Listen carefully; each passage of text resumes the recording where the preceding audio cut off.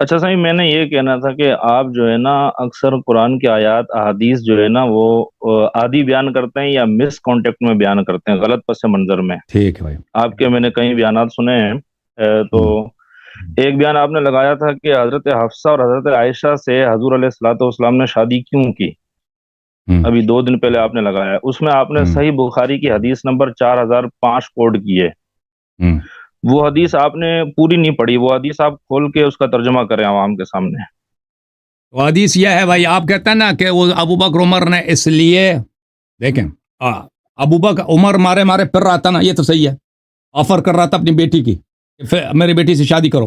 اچھا ٹھیک، اور ابو بکر نے اس کو کیا بولا؟ ابو بکر نے اس کو کہا کہ عمر پہلے عثمان نے کہا میں سوچ کے بتاؤں گا، ٹھیک ہے نا۔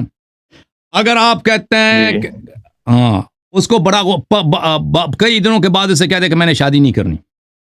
اگر عمر کا یہ ادعا یہ کہ کیونکہ رسول اللہ صلی اللہ علیہ وسلم حفصہ سے شادی کرنا چاہتے تھے اس لیے عثمان نے نہیں مانا ہے، اور اب پھر ابو بکر کے پاس چلا گیا، ابو بکر نے اس کا جواب ہی نہیں دیا بھائی، ٹھیک ہے نا۔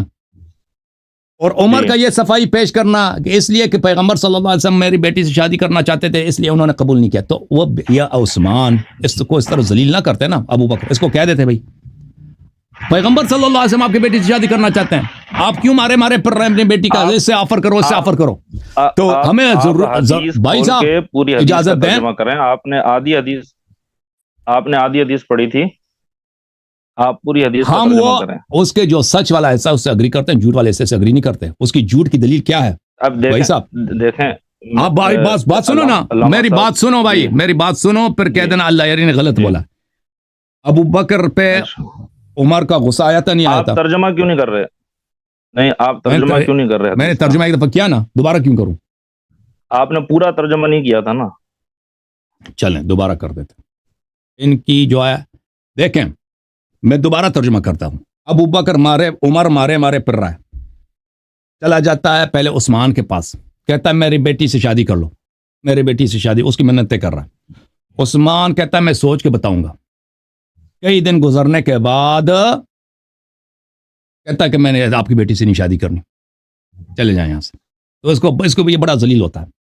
پھر یہ چلا جاتا ہے ابو بکر کے پاس، ٹھیک ہے نا، ابو بکر سے کہتا ہے میری بیٹی سے شادی کر لو۔ ابو بکر اس کی طرف دیکھتا بھی نہیں، اس کا جواب بھی نہیں دیتا، ٹھیک ہے۔ تو یہ کہتا ہے کہ مجھے اتنا غصہ آیا ابو بکر پہ کہ اس نے مجھے اس طرح ذلیل کیا کہ میں نے اس کو اپنی بیٹی کا آفر دیا رشتے کا، اس نے میرا جواب بھی نہیں دیا، تو عثمان سے زیادہ اس نے میری تذلیل کیا۔ اچھا، اس کے بعد عمر کہتا ہے کہ ان لوگوں نے اس لیے میری بیٹی کے رشتہ ماننے سے انکار کیا کیونکہ رسول اللہ صلی اللہ علیہ وسلم کو ان کو یہ خواہش تھی کہ میری بیٹی سے شادی کریں، تو ان لوگوں نے پیغمبر کے احترام میں انہوں نے رشتہ ماننے سے انکار کیا۔ یہ فقرہ جھوٹ ہے عمر کا۔ اس کی دلیل یہ ہے کہ اگر واقعاً یہی ہوتا نا تو اس کو ذلیل نہ کرتا عثمان اور ابو بکر، اس کو کہہ دیتے، آپ چلے گئے بھائی، اس کو کہہ دیتا ہے کہ بھائی آپ کیوں مارے پھر رہے ہیں، اس کے پاس جاؤ، اس کے پاس جاؤ، میری بیٹی سے شادی کرو، میری بیٹی سے شادی کرو، اور میرے پاس آئے۔ جب رسول اللہ صلی اللہ علیہ وسلم رغبت رکھتے ہیں تو تم انتظار کرو، یا ان کو جا کے آفر کر دو، ٹھیک ہے نا۔ یہ چلے گئے میرے بھائی، ان کی کال کٹ گئی ہے۔ تو وہ فقرہ شروع کا فقرہ صحیح ہے، ذیل کا فقرہ بہت ہی باطل اور جھوٹ ہے، اس میں اس کی جھوٹ کی دلیل یہی ہے کہ اس نے خود ذلت کا احساس کیا ہے کہ ان لوگوں نے میری بے عزتی کی ہے۔ عثمان نے مجھے کئی دن ادھر منتظر رکھا ہے کہ میں سوچ کے بتاؤں گا، پھر کہا کہ میں نے ابھی شادی نہیں کرنی ہے۔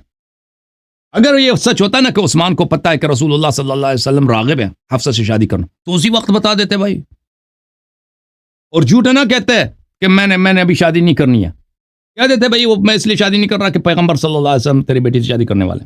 ابو بکر بھی اس کو ذلیل نہ کرتے، ٹھیک ہے نا۔ کسی مومن کی دل آزاری یہ تو بہت بڑی گناہ ہے، اس کی بے عزتی کرنا بہت بڑی گناہ ہے۔ تو یہ ذیل کا فقرہ ایک جھوٹ کے علاوہ کچھ بھی نہیں ہے، اوکے بھائی۔